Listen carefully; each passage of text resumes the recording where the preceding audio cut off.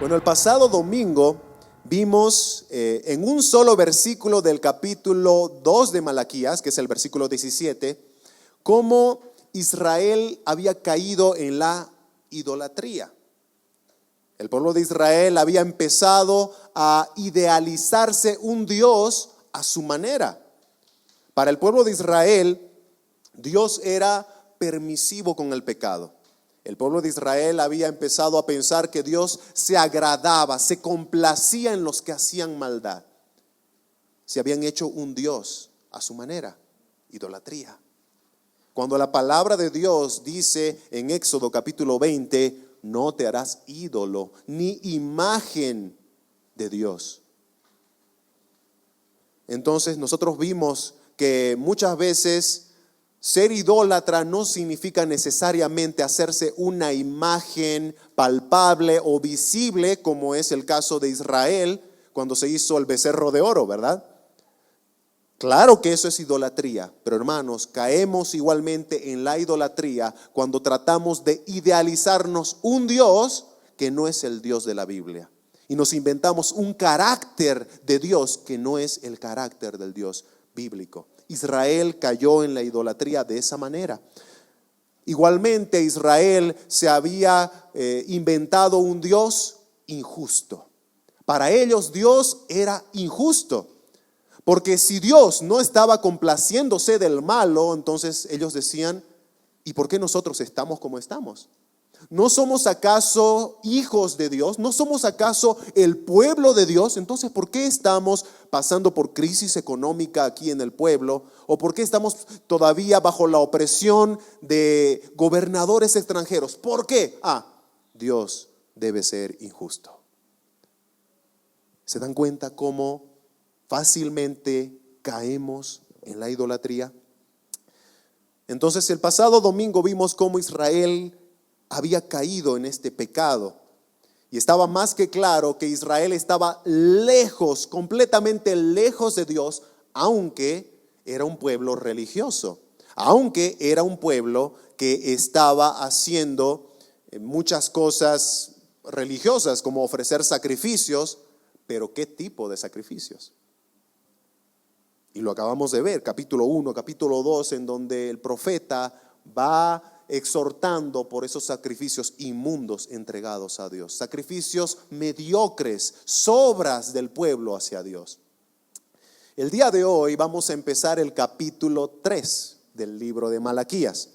Y en este capítulo 3 nosotros vamos le puse como título el ángel del pacto, que estoy usando una frase que se utiliza en el versículo, el ángel del pacto. Y conforme vamos viendo el estudio en el sermón de esta mañana, nos vamos a ir dando cuenta por qué este título, el ángel del pacto.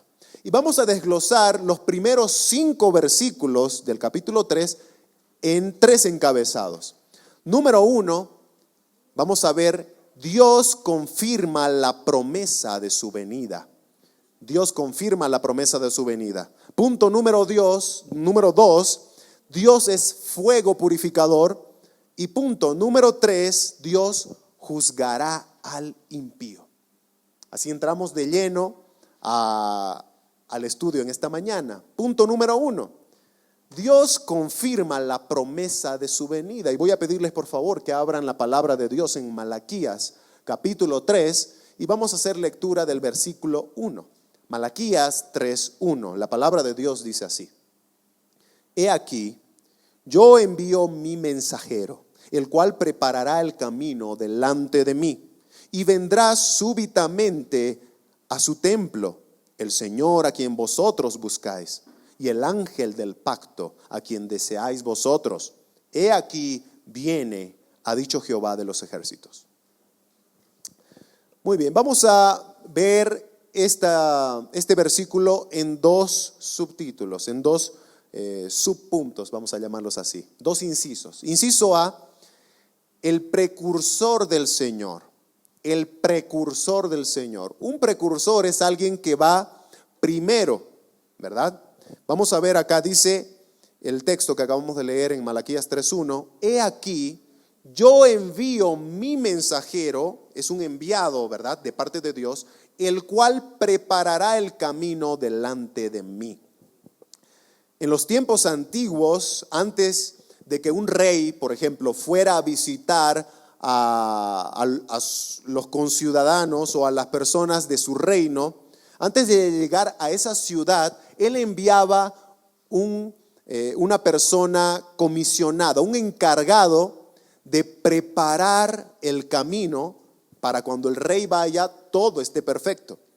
Entonces, esta persona encargada tenía que hacer que el camino, por ejemplo, esté en buenas condiciones para que cuando el rey vaya en su carroza no esté con baches o que la carroza no esté metiéndose en un hueco o quedando colgada ahí en un morro de tierra.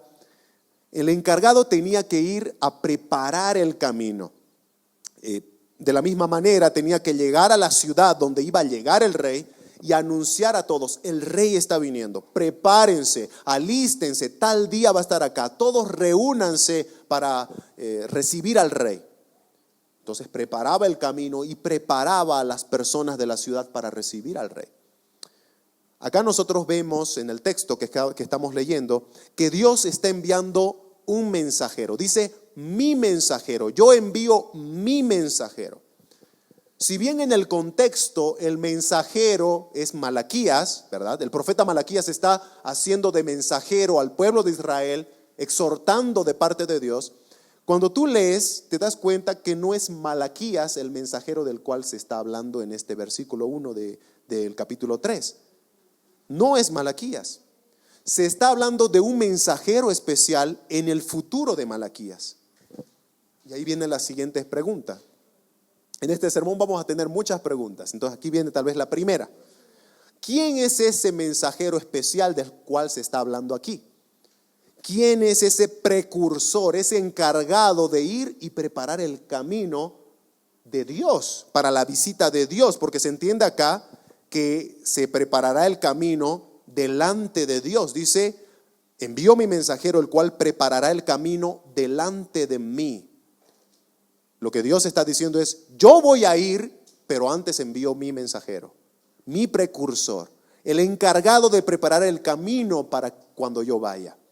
Así que se entiende muy bien que es Dios quien va a visitar a su creación. Volvemos a la pregunta: ¿y quién es este mensajero especial? El profeta Isaías nos va a ir dando algunas pautas interesantes. Dice Isaías capítulo 40, versículos 3 al 4, y seguro que son versículos que algunos de nosotros hemos escuchado. Isaías 40, versículos 3 al 4, dice: voz que clama en el desierto, preparad camino a Jehová, enderezad calzada en la soledad a nuestro Dios. Todo valle sea alzado y bájese todo monte y collado, y lo torcido se enderece y lo áspero se allane. Una vez más acá nosotros podemos ver que hay alguien que aquí se lo llama como la voz que clama en el desierto. Es alguien que va a ir a proclamar, a anunciar, como les decía hace un momento, ¿verdad? Aquel encargado que llegaba a la ciudad, que iba a recibir la visita del rey y empezaba a proclamar: viene el rey, prepárense, ¿no? La voz que clama. Bueno, esa voz que clama, una vez más se confirma acá que está preparando el camino para la venida de Dios. Dice: preparad camino a Jehová, a Jehová. Y luego dice, ¿no? Todo valle sea alzado y todo monte sea se baje, dice, ¿no? Bájese todo monte y collado. Se está preparando el camino para la venida de Dios. Y ahora continuamos con la pregunta: ¿quién es este mensajero? ¿No? ¿Quién es este mensajero? Ahora sabemos que es una voz que clama en el desierto, que está preparando el camino de Dios. Malaquías, que es lo que estamos estudiando, más adelante en el capítulo 4, nos da detalles específicos. Malaquías 4:5 dice: he aquí, yo os envío al profeta Elías antes que venga el día de Jehová, grande y terrible. No vamos a profundizar sobre este versículo porque vamos a estudiarlo cuando lleguemos al capítulo 4 de Malaquías. Pero es interesante ver cómo aquí ya nos da un nombre. Dice Dios que ese profeta, que ese enviado para preparar el camino es el profeta Elías. Se sabe del profeta Elías que él no vio muerte, que el profeta Elías fue arrebatado, alzado por Dios, y de alguna manera los judíos interpretaban que iba a ser Elías literalmente quien iba a venir. Pero vamos a ver que el Verbo encarnado, que Dios hecho hombre, nos va a dar la correcta interpretación de quién es este Elías del cual se está hablando acá. En el Evangelio de Mateo, capítulo 11, versículos 10 al 14, Jesús está hablando a todas las personas sobre Juan el Bautista. Y escuchemos qué es lo que dice a las personas sobre Juan. Dice, porque este es de quien está escrito. Está hablando de Juan, ¿no? Juan el Bautista. He aquí, yo envío mi mensajero delante de tu faz, el cual preparará tu camino delante de ti.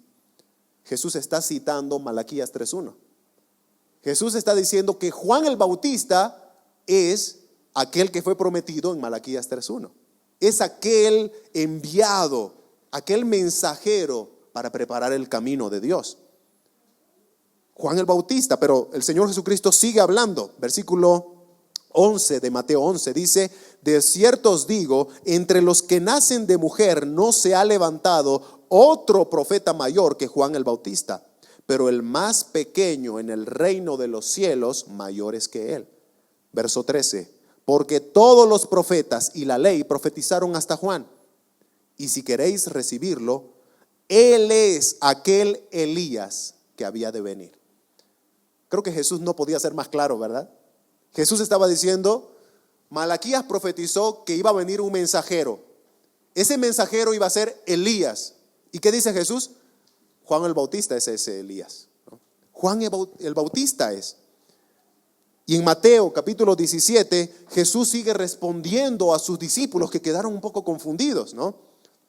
Y estaban como que dejándose tal vez un poco convencer con lo que los fariseos decían. Y Jesús les responde, dice en Mateo capítulo 17, versos 12 y 13, mas os digo que Elías ya vino y no le conocieron, sino que hicieron con él todo lo que quisieron. ¿Recuerdan que a Juan el Bautista terminaron cortándole la cabeza? Herodes ordenó que le corten la cabeza por petición de Herodías, ¿no? Su mujer. Así que ahí tenemos a Jesús diciendo, con Elías, el Elías profetizado por Malaquías, hicieron lo que quisieron, no lo conocieron. Y luego va a la comparación a la que Jesús quería llegar y dice, así también el Hijo del Hombre padecerá de ellos. Entonces los discípulos comprendieron que le habían hablado de Juan el Bautista. Jesús está hablando sin dorarle la píldora a nadie. Juan el Bautista es el Elías profetizado por Malaquías.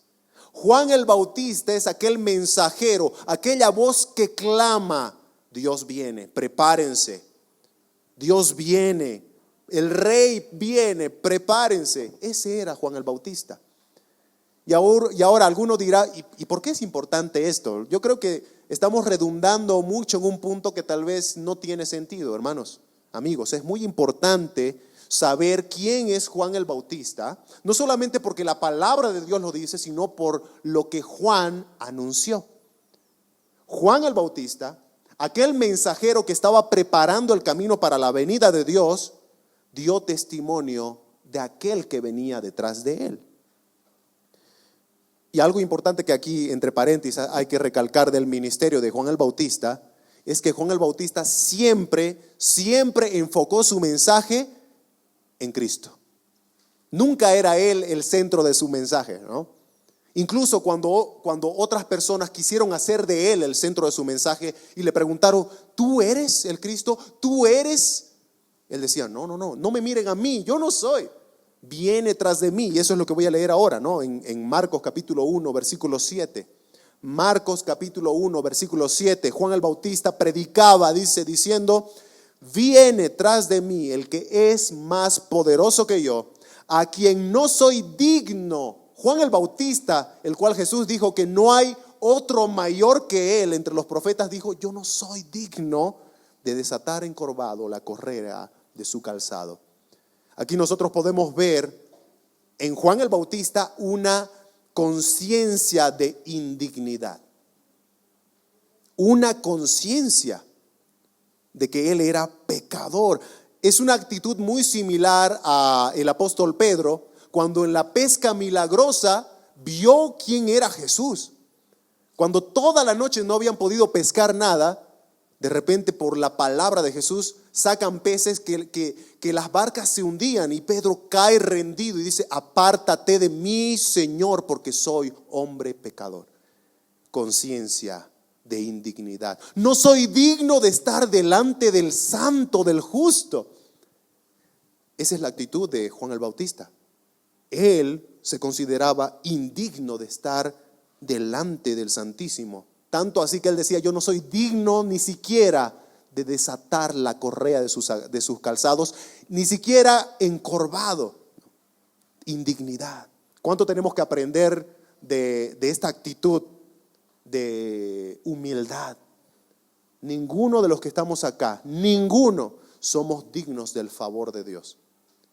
Y si de alguna manera, como decía en mi oración al principio, somos privilegiados de entrar al trono de la gracia del Padre en oración, no es porque lo merecemos, es porque Él es misericordioso.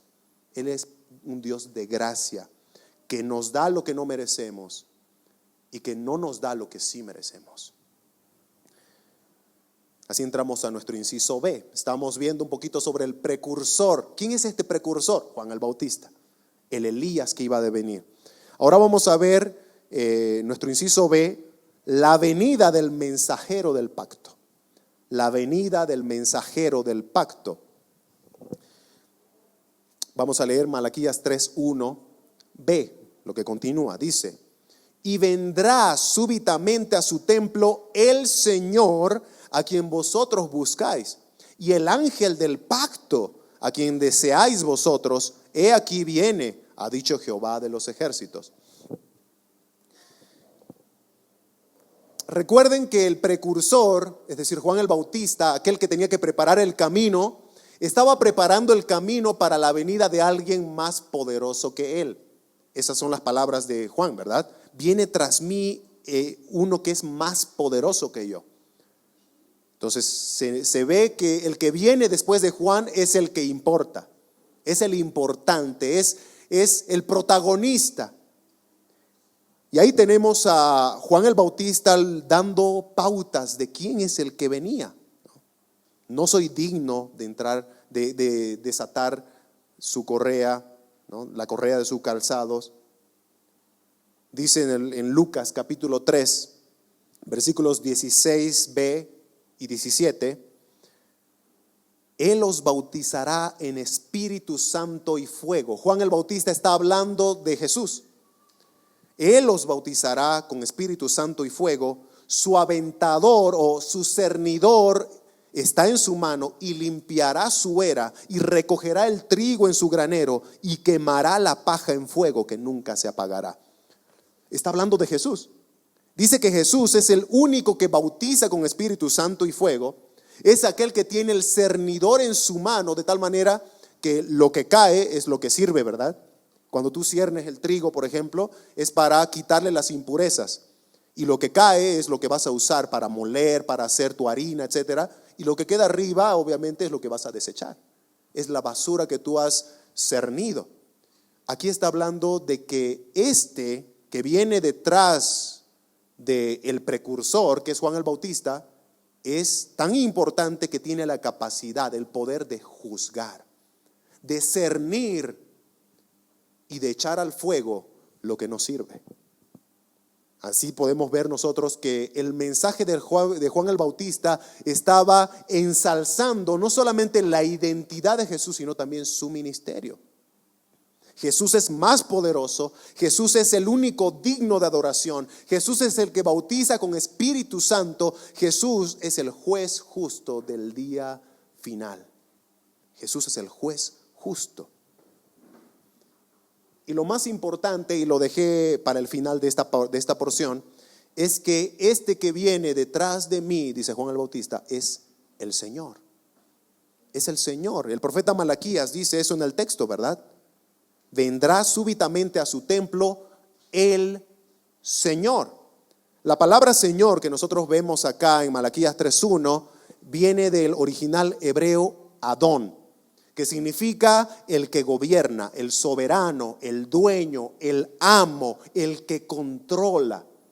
Es increíble, ¿no? Cómo una palabra puede tener tanto contenido. Es como el quechua, ¿verdad? Alguna vez he escuchado a personas que saben hablar el quechua y dicen, cuando tratas de traducir una palabra del quechua al español, es fácil, ¿no? ¿Por qué? Porque el español en una sola ya tienes un significado, ¿no? O al revés, ¿no? Cuando tratas de traducirlo al español, más bien estás en conflicto. ¿Por qué? Porque hay tanto contenido en una sola frase, en una sola palabra, que no lo puedes traducir como en el sentido del español. En el español decimos una cosita y eso es, ¿no? Por eso es que dicen que las cosas se escuchan, o las frases se escuchan más románticas, más bonitas en quechua, ¿no? Bueno, hermanos, acá tenemos un idioma en contenido igualmente rico, ¿no? El hebreo. Y aquí vemos cómo la palabra Adón nos da un entendimiento de cuán soberano, cuán Señor es Jesús, el que tenía que venir detrás del precursor. ¿Y por qué es importante ver esta afirmación de Juan el Bautista de que el que venía detrás de él es el Señor? ¿Por qué es tan importante saber lo que dice Malaquías, que el que venía súbitamente era el Señor? Hermanos, es porque hoy en día han aparecido muchas sectas, y no es solo de hoy, es desde el primer siglo, muchas sectas que niegan la deidad de Jesús. Muchos que dicen que Jesús no es Dios, cuando la palabra de Dios nos presenta textos como estos. ¿Quién es el que viene? El Señor, el que gobierna. Y es Jesús, el que nació en un pesebre, el que creció perfectamente para luego morir en una cruz. Es Jesús el que cuando venían a adorarle, luego de que hacía una sanidad, ¿verdad? Él no negaba nunca que se le adore. Incluso cuando Pedro cayó de rodillas en el barco, lo que les comentaba hace un momento, Jesús nunca lo levantó como diciéndole, no, Pedro, no me adores, ¿no? Adora a Dios. ¿Sabes quiénes hicieron eso? Criaturas comunes y corrientes como tú y como yo. El apóstol Pedro, cuando Cornelio en Hechos capítulo 10 vino y se le postró para adorarle, Pedro lo levantó y le dijo, no, solo a Dios. Cuando el apóstol Juan en Apocalipsis se postró delante de un ángel que por la apariencia de que era un ángel poderoso, se postró a adorarle, el ángel lo levantó y le dijo, no, adora solo a Dios porque yo soy consiervo tuyo. Pero Jesús nunca hizo eso. Jesús siempre recibió adoración. E incluso de la boca de Jesús salió la palabra a Satanás, ¿verdad? Cuando lo estaba tentando, diciendo, a Dios solo servirás y a Él solo adorarás. Y Jesús recibía adoración. ¿Por qué? Porque Él es Dios. Porque Él es Dios. Lo que podemos ver acá nosotros, hermanos, entonces es una confirmación de la deidad de Jesús.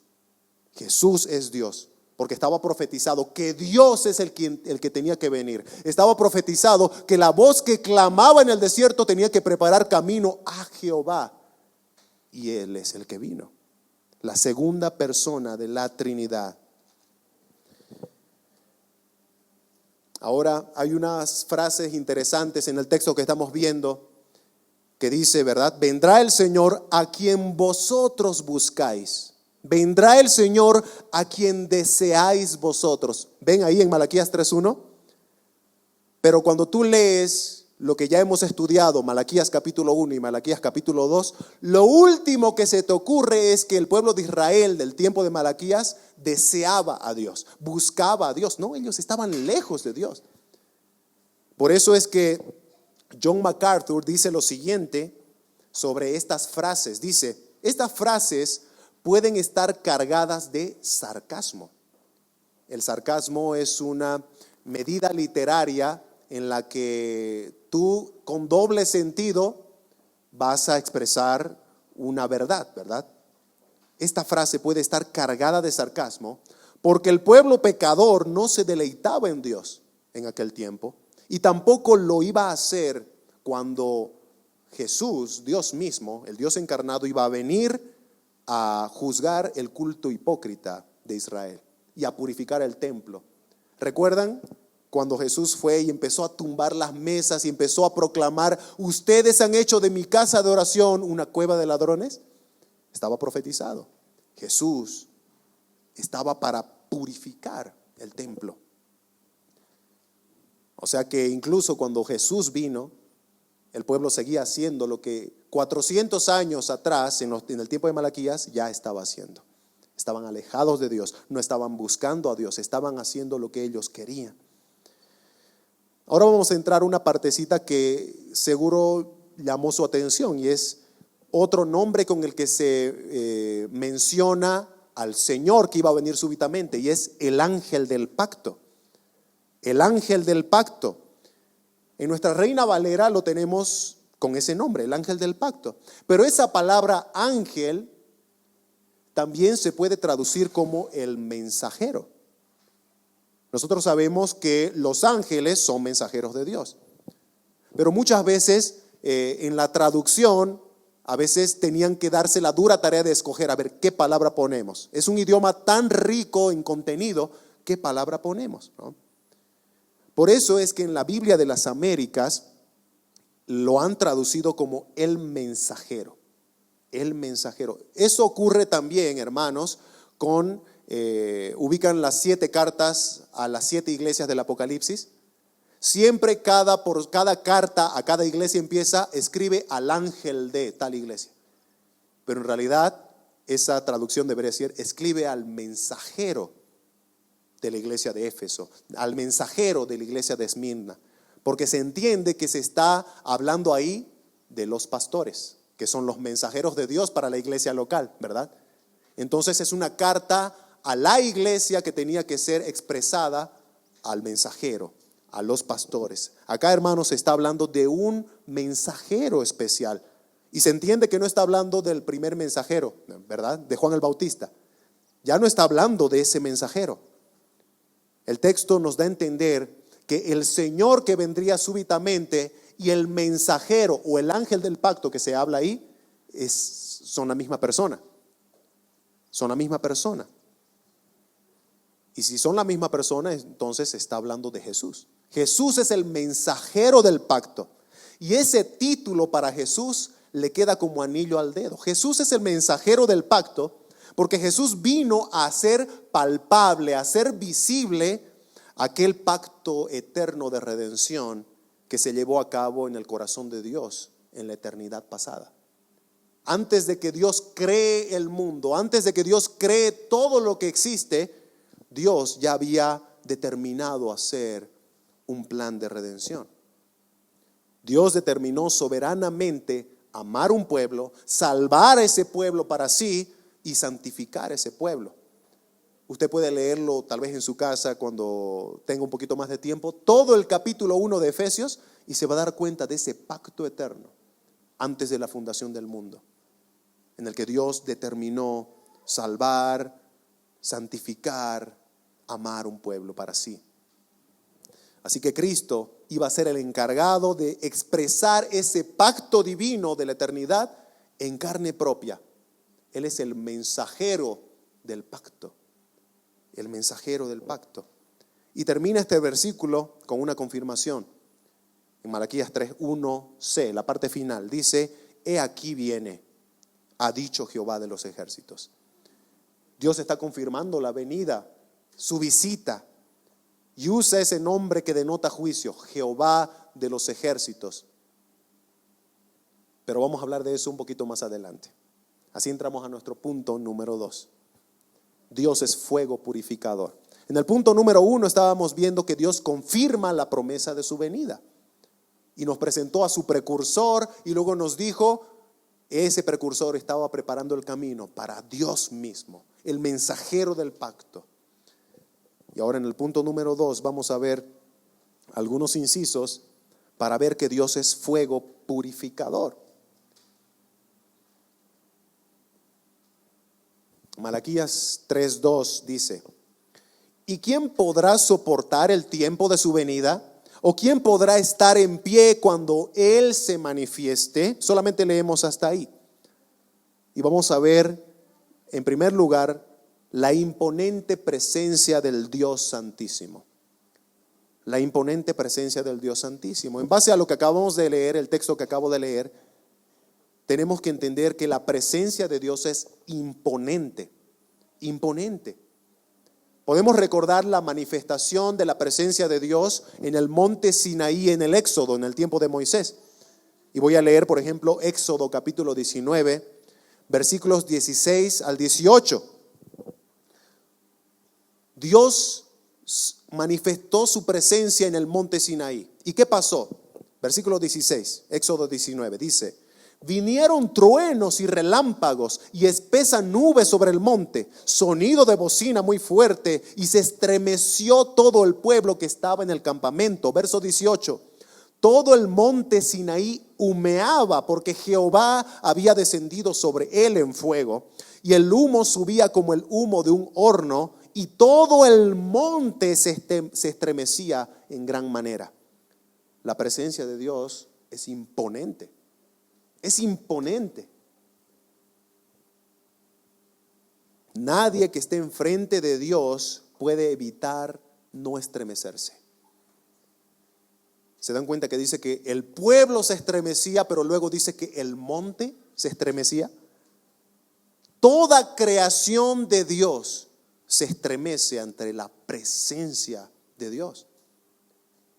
Relámpagos, truenos, sonido muy fuerte de bocina, toda la creación se estremece. Hay salmos que hablan exclusivamente de eso, ¿no? Los montes, los valles se estremecen.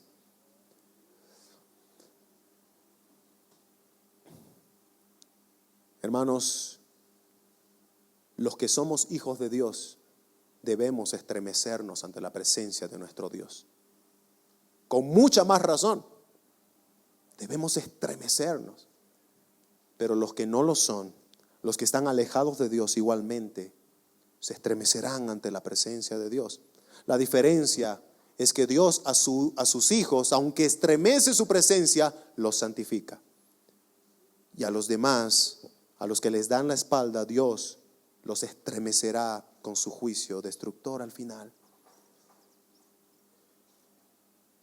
En este punto vamos a enfocarnos primariamente en el trato de Dios para con sus hijos, para aquellos que por la fe hemos sido humillados ante la cruz de Cristo. Y más adelante vamos a ver el otro grupo que se estremecerá por el juicio de Dios. Así que pasamos a nuestro inciso B. Estábamos viendo la imponente presencia del Dios Santísimo. Dios es imponente. Inciso B, veremos que este Dios santo santifica a los suyos.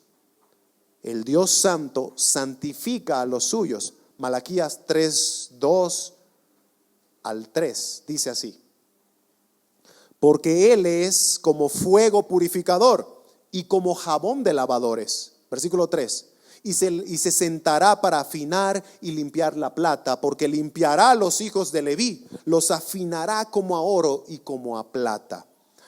En este texto el profeta Malaquías está usando ilustraciones para mostrarnos que Dios es un Dios que purifica, que santifica. Y va a usar la ilustración del fuego y del jabón.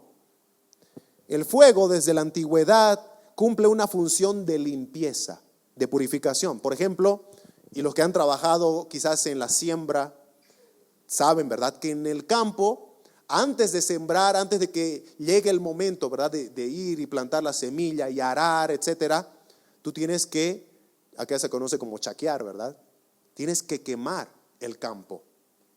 ¿Qué estás haciendo cuando quemas el campo en donde vas a sembrar? Estás limpiándolo de todas las impurezas, estás quitándole los espinos. Tal vez hay alguna plaga por ahí que tienes que eliminar, que no se tenga que comer la semilla o la planta cuando brote. Estás limpiando el campo, estás preparando el campo. Entonces el fuego tiene un sinónimo o un sentido de purificar, de limpiar, de preparar. De la misma manera, el jabón o álcali, que se llama ese jabón especial que se usaba en ese tiempo, que era un preparado químico que se sacaba de las plantas y era muy fuerte, que se utilizaba para sacar las manchas que estaban completamente adheridas a la ropa. El álcali. Y es a ese tipo de jabón que se está refiriendo Malaquías. El propósito de esta comparación, tanto el fuego como el jabón, es mostrar que Dios, como fuego purificador y como jabón fuerte, quita la escoria que nos corrompe. Quita el pecado, la suciedad que nos mancha. Esa es la idea. Y cuando hablamos de suciedad, de mancha, de escoria, es imposible no pensar en lo contrario, lo limpio, lo puro. En el contexto en el que estamos viendo, creo que estamos viendo claramente que Dios es el puro, el santísimo, el limpio, y nosotros somos todo lo contrario. Y Dios hace una limpia, una purificación en nosotros. Y es importante conocer esto. Un terreno que no es purificado con fuego no dará buen fruto. Los espinos matarán la planta, o las plagas que quedan ahí enfermarán la planta o se comerán los brotes. Así que es importante, es esencial hacer una limpia, una purificación. Dios nos purifica matando toda escoria del pecado en nosotros. Elimina toda plaga que amenaza con que no demos buen fruto para su gloria.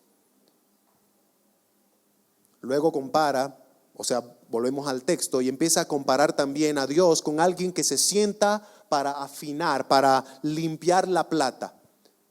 Algunos tal vez son conocedores de cómo se trabaja con los minerales, pero los minerales también se trabajan o se limpian con fuego. Se derrite el mineral de tal manera que ahora sea más fácil o ahora sea posible la separación de las impurezas, ¿verdad? Y puedes separar la plata para que sea plata pura, o el oro para que sea oro puro y ya puedas quitarle las impurezas. Es interesante que Dios hace esta obra purificadora solo con sus hijos, con aquellos que le pertenecen por la fe en Jesús. Dice, por ejemplo, el texto que acabamos de ver acá, ¿no? en Malaquías 3, limpiará a los hijos de Leví. Y está hablando exclusivamente de uno de los grupos de las tribus de Israel que estaban encargadas del sacerdocio en Israel, la tribu de Leví. La idea es que Dios limpia, purifica a sus sacerdotes, Y luego cuando nosotros vemos el Nuevo Testamento, nos vamos a enterar que los sacerdotes de Dios somos todos los que hemos sido purificados por la fe en Jesús, salvados, perdonados por la fe en Jesús. Dice, por ejemplo, en 1 Pedro capítulo 2 versículo 9, Pedro está hablando de la iglesia, de los creyentes, sin excepción. No importa si sea grande, pequeño, si has creído en Cristo, eres de la iglesia. ¿Y qué dice Pedro? Dice, mas vosotros, cristianos, la iglesia, sois linaje escogido, real sacerdocio. Es decir, eres cristiano, eres un sacerdote del rey, real sacerdocio. Apocalipsis 1:6 dice, e hizo de nosotros, Juan está hablando de él como parte de la iglesia, e hizo de nosotros un reino y sacerdotes para su Dios y Padre. Otra vez, ahora el apóstol Juan hablando de la iglesia como sacerdotes del rey. Apocalipsis 5:10 dice, y los has hecho, hablando de los cristianos, un reino y sacerdotes para nuestro Dios. Y para culminar, aunque hay muchos otros textos, 1 Pedro 2:5 dice, también vosotros, cristianos, como piedras vivas, sed edificados como casa espiritual para un sacerdocio santo. Hermanos, los cristianos, la iglesia del Señor, hemos sido constituidos por Él mismo como sacerdotes del Rey. ¿Y cuál es la función de un sacerdote? Un sacerdote es aquel que se encarga de ofrecer adoración a Dios, de ministrar la adoración verdadera, correcta y santa para Dios. Ellos son los que se encargaban de ofrecer los sacrificios en el antiguo pacto, ¿verdad? Pero hermanos, la iglesia, como sacerdotes del Dios Santo, nuestra función es ofrecer una verdadera adoración a Dios. Y no estamos hablando solamente de cantar alabanzas, ¿verdad? A veces delimitamos el término adoración a las alabanzas. Va más allá de las alabanzas, hermanos. La palabra de Dios dice en Romanos capítulo 12 que nosotros nos ofrecemos a Dios como sacrificio vivo, santo, agradable a Él, que es nuestro culto racional. ¿Sabes cuál es tu sacrificio a Dios como sacerdote? Tú mismo. Tú mismo eres el sacrificio vivo y continuo a Dios. Ahora, con esto no estoy diciendo que tú te metas a un altar y te prendas fuego, ¿no? Como hacían en el Antiguo Testamento, de ofrecer un animalito prendiéndole fuego. No, hermanos, el sacrificio perfecto y el único sacrificio que recibió el Señor fue el sacrificio de Cristo en la cruz, el Cordero de Dios. Ahora, ¿qué estoy diciendo yo? Con que tú eres un sacrificio continuo. Hermanos, estamos hablando de un estilo de vida.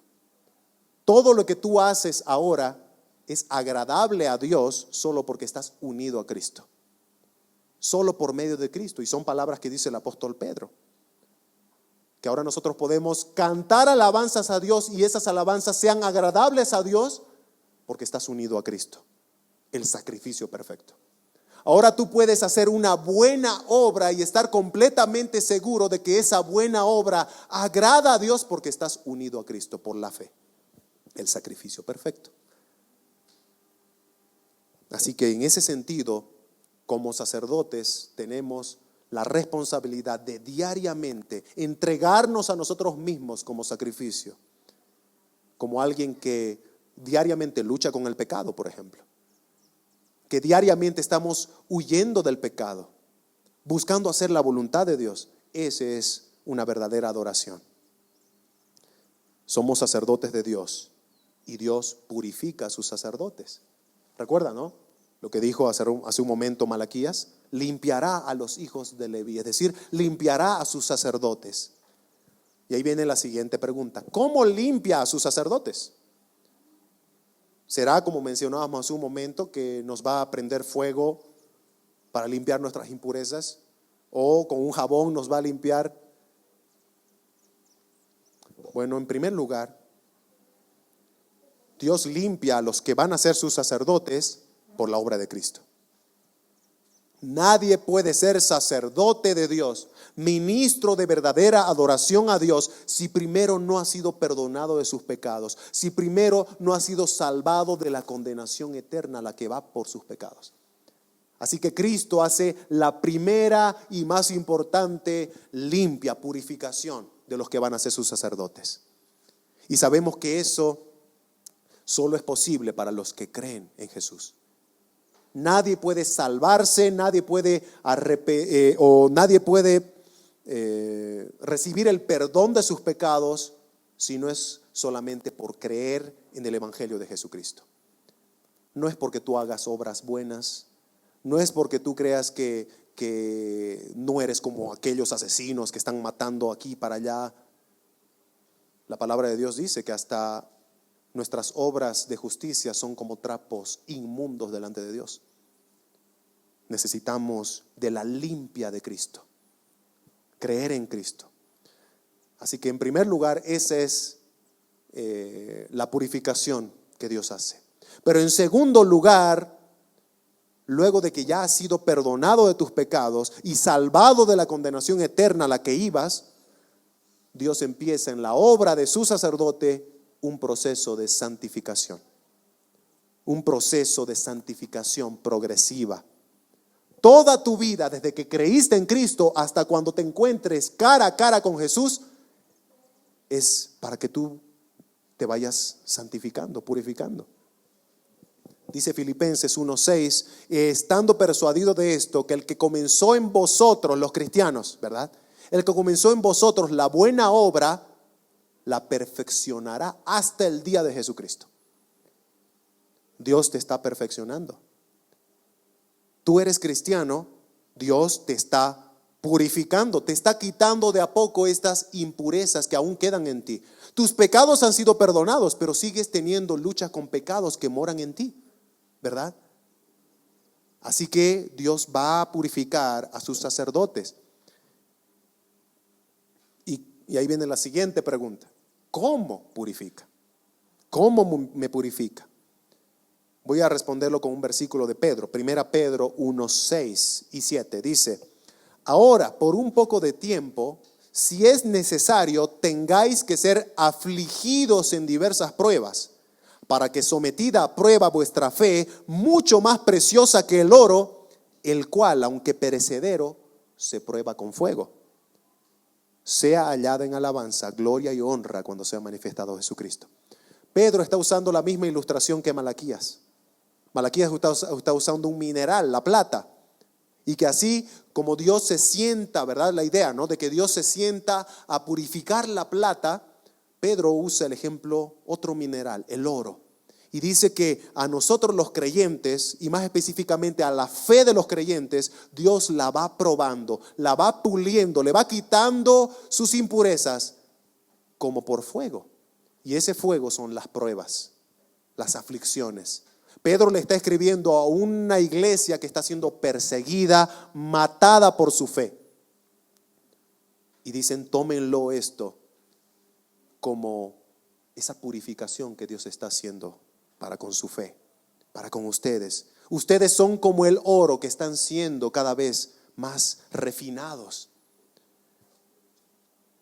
Pero hermanos, las pruebas no son en esencia la herramienta de santificación.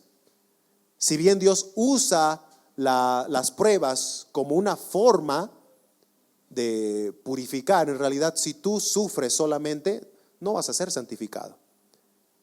Solamente hay una forma, una herramienta por excelencia de santificación. Dice el Señor Jesucristo en su oración sacerdotal, Juan 17, 17. Santifícalos, es decir, a tu iglesia, a tus hijos, a tus ovejas, santifícalos con tu verdad. Tu palabra es verdad.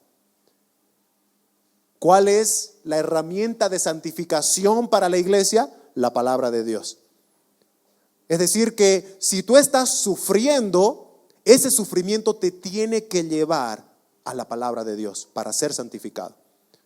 Si tú estás sufriendo solamente y en ningún momento te acercas a la palabra de Dios y tratas de estar sufriendo como al aire, estás sufriendo en vano. Estás sufriendo en vano. Tu dolor no te lleva a leer la palabra de Dios. Es importante, hermano, que nosotros aprendamos a asimilar el dolor con los ojos de Dios. ¿Cómo ve Dios el dolor?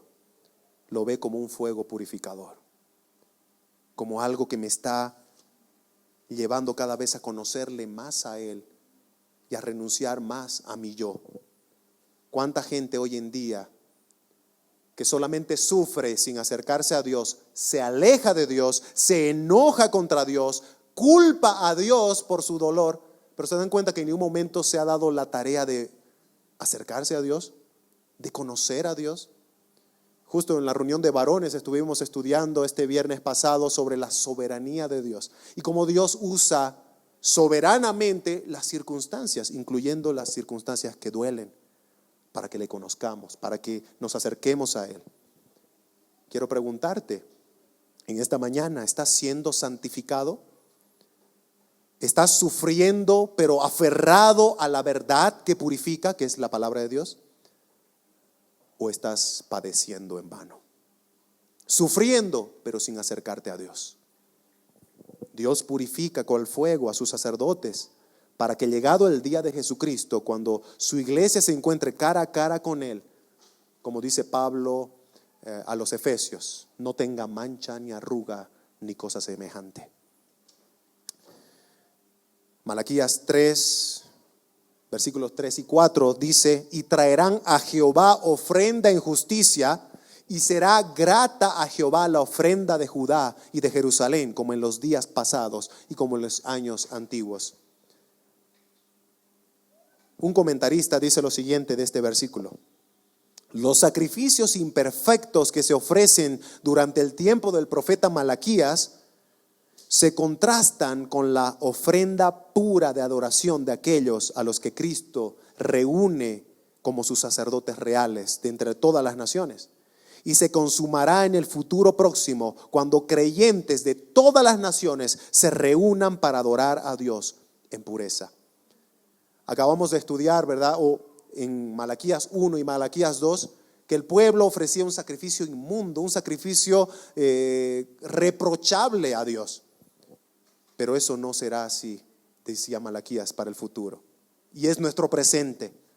Los sacerdotes que Dios purificará para sí de entre todas las naciones ofrecerán un sacrificio perfecto.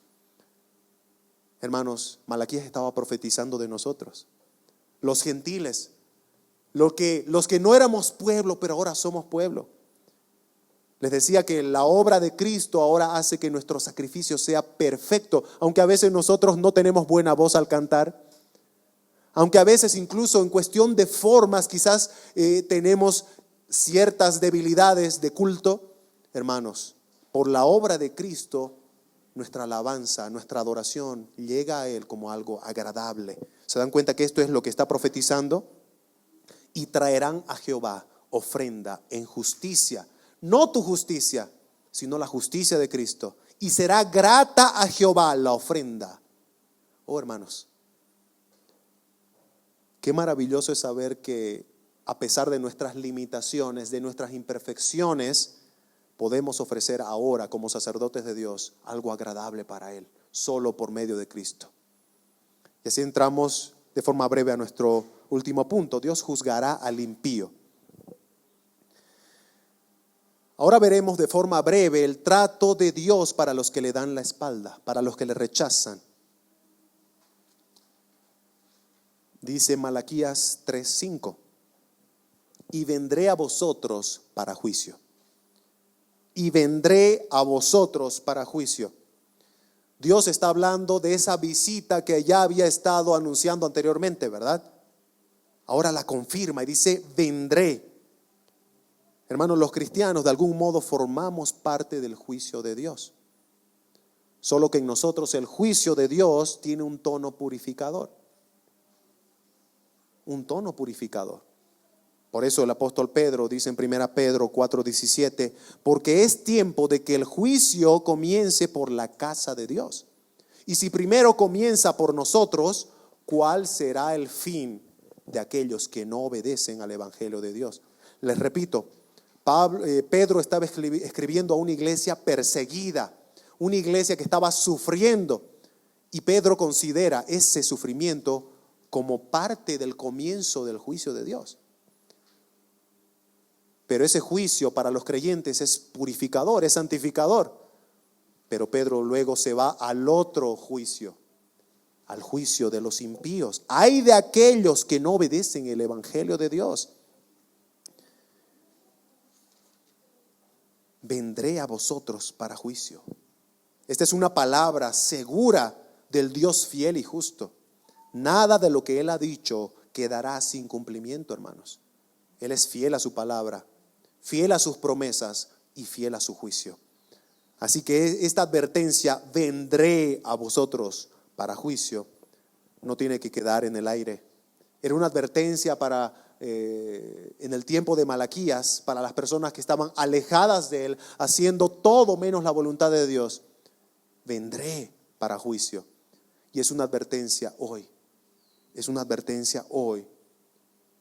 No solamente para los creyentes, que estemos preparados para la purificación del pueblo, sino también para los que no lo son.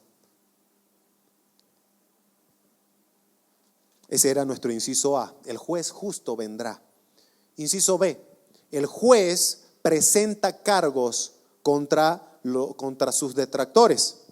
Malaquías 3:5 dice: Y seré pronto testigo contra los hechiceros, contra los adúlteros, contra los que juran mentira y los que defraudan en su salario al jornalero, a la viuda y al huérfano, y a los que hacen injusticia al extranjero.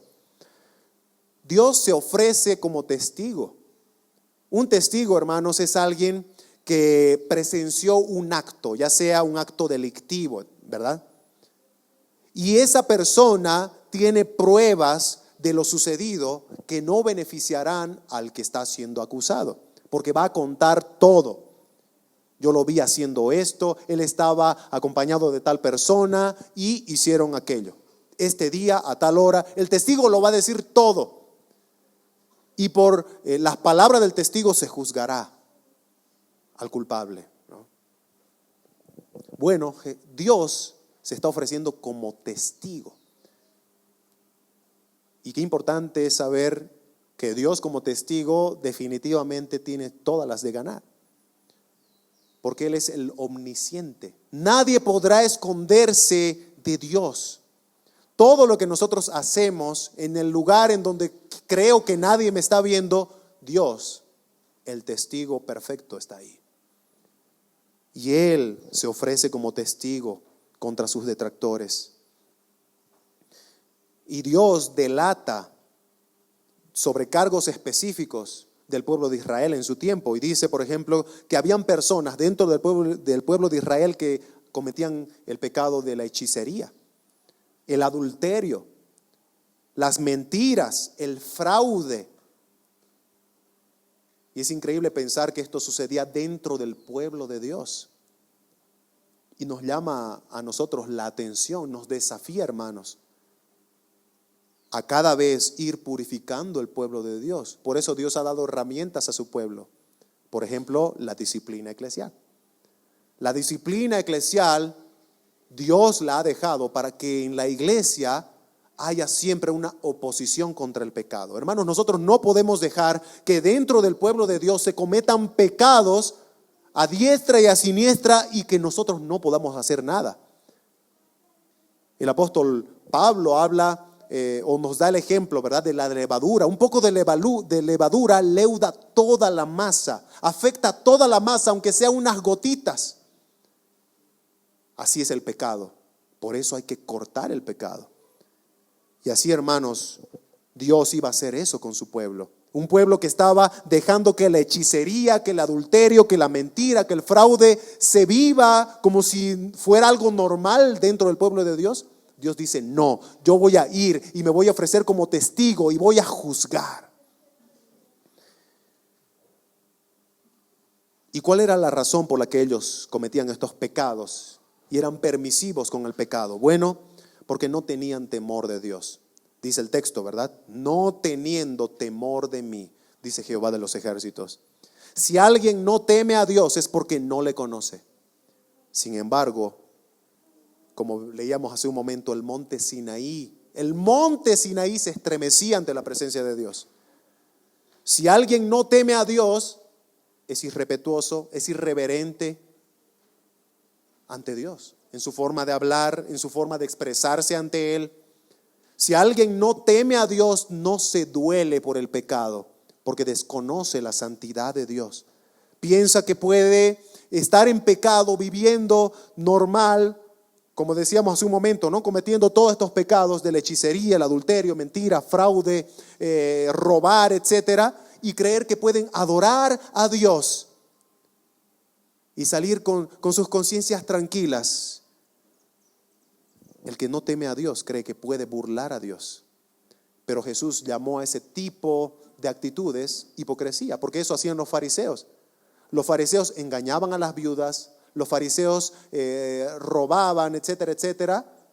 Pero ellos eran religiosos. No, hermanos, Dios mira el corazón. Y este pasaje termina con un título, un nombre de Dios que denota juicio: Jehová de los ejércitos.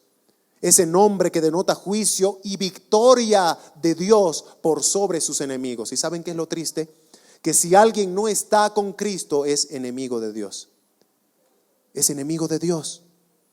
Si alguien no está con Cristo, tristemente está del otro lado. Pero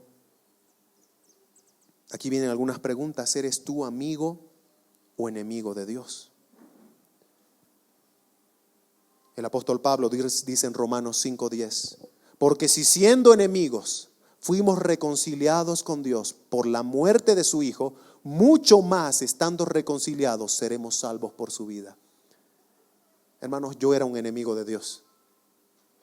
El apóstol Pablo, que escribió esto, era un enemigo de Dios. Yo no me estremecía ante la presencia de Dios. Yo no me deleitaba ante Dios. Al contrario, yo me deleitaba del pecado. Y Cristo murió por mí, aun cuando yo era enemigo suyo y hacía lo que no era su voluntad.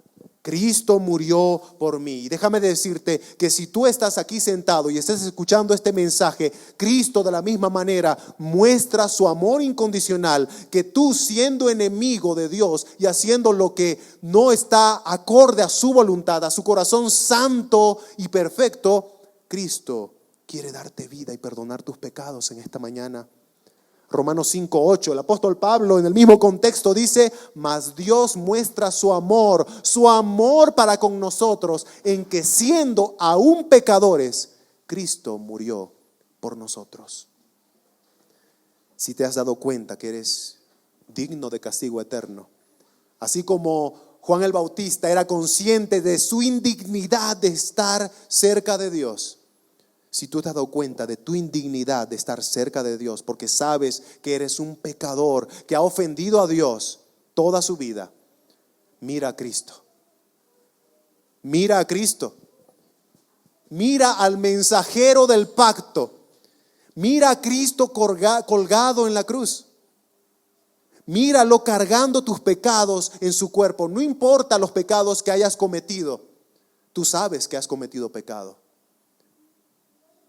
Mira a Cristo, míralo clamando de dolor en la cruz, padeciendo la ira de Dios para que tú no la padezcas. Mira a Cristo. Escucha su voz diciendo: consumado es, hecho está, el trabajo ha terminado, la obra ha terminado.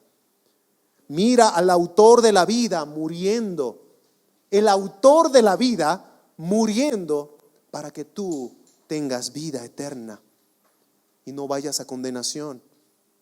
Mira la tumba vacía para que tú, que estabas muerto en tus delitos y pecados, seas salvo. Él resucitó de los muertos y te da vida si tú crees en Él. Escucha la voz de aquel buen pastor que te está llamando por tu nombre, porque Jesucristo dijo que mis ovejas oyen mi voz y me siguen. Yo te pregunto, ¿estás escuchando la voz de tu buen pastor en esta mañana llamándote por tu nombre? ¿Le estás escuchando? Entonces levántate, corre hacia Él y Él te estará esperando con los brazos abiertos para perdonarte de tus pecados. Arrepiéntete de tus pecados, pídele perdón y Él te perdonará. Te limpiará y te hará su hijo, te limpiará y te hará su sacerdote. Cree en el Señor Jesucristo y serás salvo. Cree en el Señor Jesucristo, no importa lo que hayas hecho, y recibirás el perdón de Dios.